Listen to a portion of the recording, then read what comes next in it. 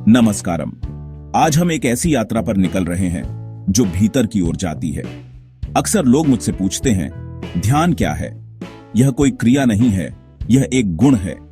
जैसे सुगंध फूल का गुण है, वैसे ही ध्यान आपकी चेतना का गुण है। जब आपकी ऊर्जा और चेतना एक खास स्तर तक पहुंच जाती है, तो आप स्वाभाविक रूप से ध्यानमय हो जाते हैं। यह कोई तकनीक नहीं है, यह आपके होने का एक तरीका है। लेकिन इस अवस्था तक पहुंचने के लिए इंसान ने कई तरह के रास्ते, कई तरह की विधियां बनाई हैं। ये विधियां उस नाव की तरह हैं जो आपको नदी के उस पार ले जाती है। एक बार आप पार पहुंच गए तो नाव की जरूरत नहीं रहती। ध्यान के कई प्रकार होते हैं जो उद्देश्य, परंपरा और साधना के तरीके के अनुसार भिन्न होते हैं। हर व्यक्ति की प्रकृति अलग होती है, इसलिए हर किसी के लिए एक ही रास्ता काम नहीं करता। कोई भक्ति में डूबकर पार होता है तो कोई ज्ञान के मार्ग पर चलकर, कोई अपनी ऊर्जा को साधकर उस ऊंचाई तक पहुंचता है तो कोई बस साक्षी बनकर सब कुछ देखता रहता है। यह समझना बहुत जरूरी है कि ये सभी विधियां केवल उपकरण हैं, साधन हैं, मंजिल नहीं। मंजिल तो वह अवस्था है जहां करने वाला और क्रिया एक हो जाते हैं, जहां झांता और ज्ञान में कोई भेद नहीं रहता। आज हम जानेंगे ध्यान के 9 प्रमुख प्रकार। यह केवल जानकारी नहीं है, यह एक संभावना है। यह समझने का एक प्रयास है कि आपके स्वभाव और आपकी जरूरत के अनुसार कौन सा मार्ग आपके लिए सबसे उपयुक्त हो सकता है। यह एक नक्शे की तरह है जो आपको अलग अलग रास्तों से परिचित कराएगा। लेकिन याद रखिए, नक्शे को देखने से यात्रा पूरी नहीं होती, यात्रा तो कदम उठाने से ही होगी। तो चलिए इस अद्भुत आंतरिक जगत की खोज में पहला कदम उठाते हैं और इन 9 द्वारों को खोलने का प्रयास करते हैं। सबसे पहला और बुनियादी प्रकार है एकाग्रता आधारित ध्यान। इसे आप धारण की प्रक्रिया भी कह सकते हैं। आपका मन एक बंदर की तरह है जो एक डाल से दूसरी डाल पर कूदता रहता है। उसे एक जगह टिकाना लगभग असंभव लगता है। यह ध्यान इसी चंचल मन को साधने का एक तरीका है। इसमें हम अपनी पूरी चेतना को, अपनी पूरी जागरूकता को एक ही बिंदु पर केंद्रित करते हैं। वह बिंदु कुछ भी हो सकता है, एक जलता हुआ दिया जिसे त्राटक कहते हैं, आपकी सांसों का आना जाना, या फिर कोई मंत्र जिसका आप जाप कर रहे हैं। इसका उद्देश्य मन को भटकने से रोकना है। जब आप अपनी सारी ऊर्जा को एक ही स्थान पर लगाते हैं तो वह शक्तिशाली हो जाती है। जैसे सूर्य की किरणें जब एक लेंस से होकर गुजरती हैं तो वे आग पैदा कर सकती हैं। ठीक उसी तरह जब आपका बिखरा हुआ मन एक बिंदु पर केंद्रित होता है तो उसमें अद्भुत क्षमताएं जागृत हो जाती हैं। यह ध्यान की पहली सीढ़ी है। यह आपको बाहरी दुनिया के कोलाहल से हटाकर अपने भीतर की स्थिरता से परिचित कराती है। अब हम एक दूसरे आयाम में प्रवेश करते हैं जिसे साक्षी भाव ध्यान या विपश्यना कहते हैं। यहां हम मन को किसी एक चीज पर टिकाने की कोशिश नहीं करते, बल्कि उसे पूरी तरह से खुला छोड़िए देते हैं। आपका काम बस एक दर्शक की तरह, एक साक्षी की तरह दूर खड़े होकर देखना है। आपके मन में जो भी विचार आ रहा है आने दें। शरीर में कोई सनसनी हो रही है, होने दें। कोई भावना उठ रही है, उठने दें। आपको कुछ भी रोकना नहीं है, कुछ भी बदलना नहीं है, किसी भी चीज से जुड़ना नहीं है। कल्पना कीजिए कि आप एक नदी के किनारे बैठे हैं और पानी में बहते हुए पत्तों को देख रहे हैं। आप किसी पत्ते को पकड़ डढ़ाने की कोशिश नहीं करते, न ही उसे धकेलते हैं। आप बस उन्हें बहते हुए देखते हैं। आपके विचार और भावनाएं भी उसी तरह हैं।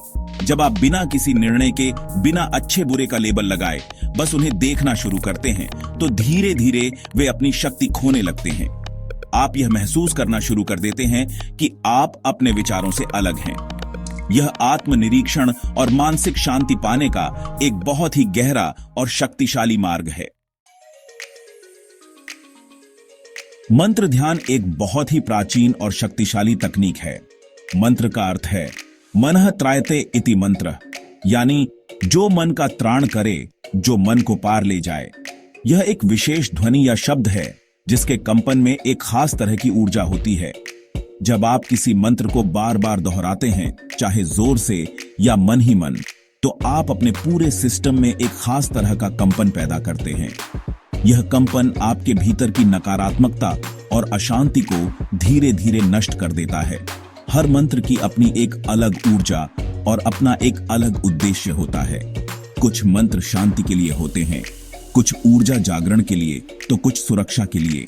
जब आप पूरी श्रद्धा और एकाग्रता के साथ मंत्र का जाप करते हैं तो आपका मन धीरे धीरे बाहरी दुनिया से हटकर उस ध्वनि में लीन हो जाता है। एक समय ऐसा आता है जब जाप करने वाले आप, जाप की प्रक्रिया और स्वयं मंत्र तीनों एक हो जाते हैं। यह मन को शुद्ध करने और अपनी ऊर्जा को एक सकारात्मक दिशा देने का एक बहुत ही सरल और प्रभावी तरीका है। क्रिया योग एक बहुत ही गूढ़ और वैज्ञानिक प्रक्रिया है। यह केवल बैठकर ध्यान करना नहीं है, बल्कि यह एक संपूर्ण साधना है जिसमें प्राणायाम, बंध, मुद्रा और ध्यान का एक अनूठा समन्वय होता है। इसका मूल सिद्धांत यह है कि आपकी सांस और आपका मन सीधे तौर पर जुड़े हुए हैं। अगर आप अपनी सांस को नियंत्रित कर सकते हैं, तो आप अपने मन को भी नियंत्रित कर सकते हैं। क्रिया योग में विशेष सांस की तकनीकों का उपयोग किया जाता है, जिससे शरीर में प्राण या जीवन ऊर्जा का प्रवाह नियंत्रित होता है। इसका मुख्य लक्ष्य है सुषुम्ना नाड़ी, जो आपकी रीढ़ की हड्डी के मध्य में स्थित है, उसमें प्राण शक्ति को ऊपर की ओर उठाना। जब यह ऊर्जा नीचे के चक्रों से ऊपर की ओर उठकर सहस्रार चक्र तक पहुंचती है, तो व्यक्ति चेतना की उच्चतम अवस्था को अनुभव करता है। यह एक उन्नत साधना है जिसे किसी योग्य गुरु के मार्गदर्शन में ही सीखना चाहिए। यह केवल मानसिक शांति के लिए नहीं है, बल्कि आपके पूरे ऊर्जा शरीर का कायाकल्प करने और चेतना के विकास को तीव्र करने की एक शक्तिशाली विधि है। आपके भौतिक शरीर के समानांतर एक ऊर्जा शरीर भी है। इस ऊर्जा शरीर में 7 मुख्य केंद्र हैं, जिन्हें चक्र कहा जाता है। ये चक्र आपकी रीढ़ की हड्डी के साथ साथ स्थित हैं, मूलाधार से लेकर सहस्रार तक। हर चक्र आपके जीवन के एक खास पहलू से जुड़ा है, जैसे सुरक्षा, रचनात्मकता, शक्ति, प्रेम, अभिव्यक्ति, अंतर्ज्ञान और आध्यात्मिक जुड़ाव। जब इन चक्रों में ऊर्जा का प्रवाह संतुलित होता है, तो आपका जीवन भी संतुलित और स्वस्थ रहता है। चक्र ध्यान में हम अपनी जागरूकता को एक एक करके इन ऊर्जा केंद्रों पर लाते हैं। हम उनके स्थान, उनके रंग, उनके बीज मंत्र या उनके गुणों पर ध्यान केंद्रित करते हैं। ऐसा करने से उन चक्रों में जो भी रुकावटें होती हैं, वे धीरे धीरे खुलने लगती हैं और ऊर्जा का प्रवाह सहज हो जाता है। यह अपने भीतर के ऊर्जा तंत्र को समझने और उसे संतुलित करने का एक बहुत ही प्रभावी तरीका है। जब आपके सभी चक्र जागृत और संतुलित होते हैं, तो आप अपने जीवन को उसकी पूरी क्षमता के साथ जी पाते हैं। अब हम ध्यान के उस आयाम की बात कर रहे हैं जो वास्तव में ध्यान का सार है, निर्विचार अवस्था। इसे कभी कभी ट्रांसेंडेंटल मेडिटेशन या सहज योग भी कहते हैं। अभी तक हमने जितनी भी विधियों की बात की, वे सब मन का उपयोग कर रही थीं, चाहे एकाग्रता के लिए, चाहे साक्षी होने के लिए। लेकिन इस ध्यान का लक्ष्य मन के पार जाना है, विचारों की भीड़भाड़ से निकलकर उस शांति और मौन के स्थान पर पहुंचना जो हमेशा से आपके भीतर मौजूद है। कल्पना कीजिए कि आकाश में बादल हैं। विचार उन बादलों की तरह हैं जो आते जाते रहते हैं, लेकिन आप बादल नहीं हैं, आप वह आकाश हैं जिसमें ये बादल आते जाते हैं। निर्विचार ध्यान वह प्रक्रिया है जिसमें आप धीरे धीरे बादलों से अपनी पहचान हटाकर आकाश के साथ एक हो जाते हैं। यह कुछ करने की अवस्था नहीं है, यह बस होने की अवस्था है। जब मन पूरी तरह से शांत हो जाता है, तब आप अपनी वास्तविक प्रकृति, अपनी शुद्ध चेतना का अनुभव करते हैं। यह परम विश्राम और आनंद की स्थिति है। निर्गुण ध्यान चेतना की एक बहुत ही उन्नत अवस्था है। निर्गुण का अर्थ है बिना किसी गुण के, बिना किसी रूप के। इस ध्यान में हम किसी मूर्ति, किसी चित्र, किसी मंत्र या किसी भी बाहरी सहारे का उपयोग नहीं करते। हमारा ध्यान उस पर होता है जो निराकार है, जो सर्वव्यापी है, जो हर चीज का स्रोत है, जिसे ब्रह्म, शून्यता या आत्मा कहते हैं। यह ज्ञान योग और अद्वैत वेदांत की परंपरा का एक महत्वपूर्ण अंग है। यह समझना थोड़ा मुश्किल हो सकता है, क्योंकि हमारा मन हमेशा किसी न किसी रूप या आकार को पकड़े डालने की कोशिश करता है। बिना किसी सहारे के टिकना उसे कठिन लगता है। इस ध्यान में साधक मैं कौन हूं, इस प्रश्न की गहराई में उतरता है। वह अपने शरीर, मन, भावनाओं और विचारों से अपनी पहचान हटाता जाता है, जब तक कि वह उस शुद्ध मैं तक नहीं पहुंच जाता जो इन सबसे परे है। यह स्वयं को ब्रह्मांडीय चेतना में विलीन कर देने का मार्ग है। यह बुद्धि और तर्क से परे सीधे अनुभव का मार्ग है। निर्गुण ध्यान के विपरीत सगुण ध्यान में हम ईश्वर के एक साकार रूप पर अपनी चेतना को केंद्रित करते हैं। सगुण का अर्थ है गुणों के साथ। इसमें हम किसी देवी या देवता के रूप, उनके गुण, उनकी लीलाओं और उनकी कहानियों का ध्यान करते हैं। यह भक्ति योग का मार्ग है। बहुत से लोगों के लिए निराकार पर ध्यान केंद्रित करना बहुत शुष्क और कठिन हो सकता है। एक साकार रूप से जुड़ना, प्रेम और भक्ति का भाव पैदा करना उनके लिए ज्यादा स्वाभाविक और आसान होता है। आप अपने इष्ट देव, चाहे वे शिव हों, कृष्ण हों, मां दुर्गा हों या कोई और, उनके स्वरूप का अपने मन में चित्र बनाते हैं।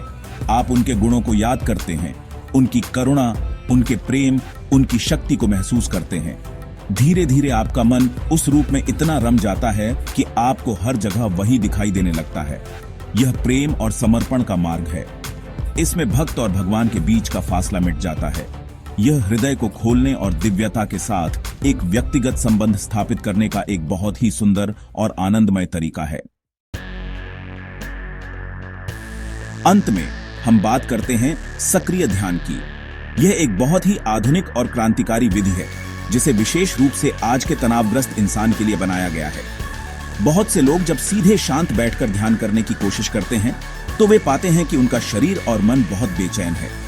उनके भीतर इतनी दबी हुई ऊर्जा और तनाव है कि वे शांत नहीं हो पाते। सक्रिय ध्यान इस दबी हुई ऊर्जा को बाहर निकालने का एक तरीका है ताकि आप गहरे ध्यान में उतर सकें। ओशो की डायनामिक मेडिटेशन इसका एक प्रसिद्ध उदाहरण है।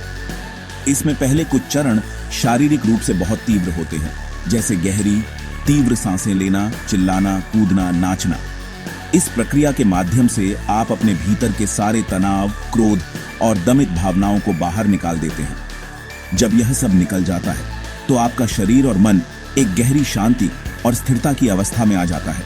इसके बाद के चरणों में आप उस शांति में बस स्थिर हो जाते हैं या साक्षी भाव में चले जाते हैं। यह उन लोगों के लिए बहुत प्रभावी है जिन्हें शांत बैठना मुश्किल लगता है।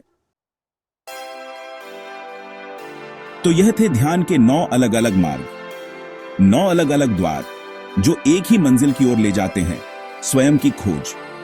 यह समझना महत्वपूर्ण है कि कोई भी एक विधि सबसे अच्छी या दूसरों से बेहतर नहीं है। सबसे अच्छी विधि वह है जो आपके स्वभाव के अनुकूल हो, जो आपसे बात करे, जो आपको अपने भीतर ले जाने में मदद करे। हो सकता है कि आप एकाग्रता से शुरुआत करें और धीरे धीरे साक्षी भाव की ओर बढ़ें, या हो सकता है कि भक्ति का मार्ग आपके हृदय को छू जाए और आप सगुण ध्यान में आनंद पाएं। प्रयोग करने से न डरें, अपनी यात्रा को एक खेल की तरह देखें। याद रखिए, ये सभी विधियां केवल उपकरण हैं। असली चीज है जागरूकता। आप जो भी करें उसे पूरी जागरूकता के साथ करें।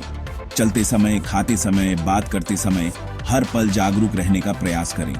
धीरे धीरे यह जागरूकता आपके जीवन का हिस्सा बन जाएगी और फिर आपको ध्यान करने के लिए अलग से बैठने की जरूरत नहीं पड़ेगी। आपका पूरा जीवन ही एक ध्यान बन जाएगा। यही योग का, यही आध्यात्मिकता का परम लक्ष्य है, जीवन को उसकी पूरी तीव्रता और समग्रता में जीना। मैं जानना चाहूंगा कि आपका अनुभव क्या रहा है। आप किस प्रकार का ध्यान करते हैं या किस विधि ने आपको सबसे ज्यादा आकर्षित किया? नीचे कमेंट्स में हमारे साथ अपने विचार और अनुभव साझा करें। आपकी यात्रा दूसरों के लिए भी प्रेरणा बन सकती है। और अगर आप इस तरह के ज्ञानवर्धक विषयों में रुचि रखते हैं जो आपको स्वयं के करीब लाते हैं, तो इस चैनल को सब्सक्राइब करना ना भूलें और बेल आइकॉन को दबाएं ताकि आप कोई भी वीडियो मिस न करें। नमस्कारम।